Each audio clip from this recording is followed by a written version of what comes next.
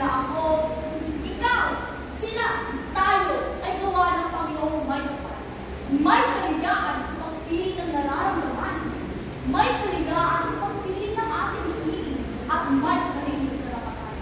Sa datos ng nagkakaisang bansa, ang mga kababaihan ay nakaranas ng matinding diskriminasyon sa trabaho sapagkat mas mababa ng 20% ang kanilang kita kumpara sa mga kalalakihan. Ngayong taon,